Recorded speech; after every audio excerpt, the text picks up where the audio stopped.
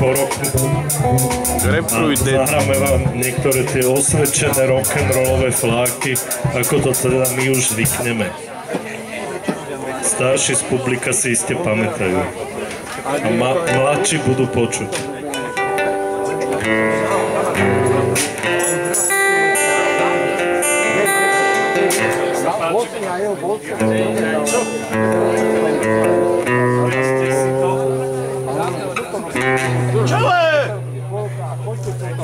Dobrý večer.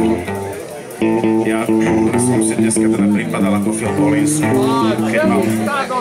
keď mal jeden koncert, myslím, že vo Wembley, a v ten istý deň mal koncert vo Filadelfii.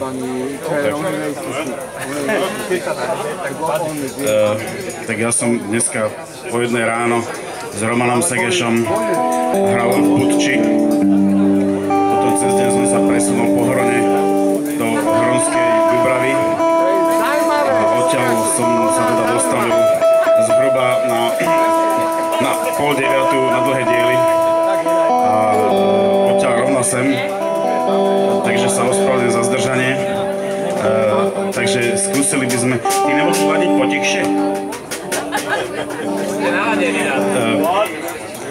Takže by sme skúsili dať zo pár vecí, ktoré sme tu možno nehrali a možno ktoré sme tu aj hrali.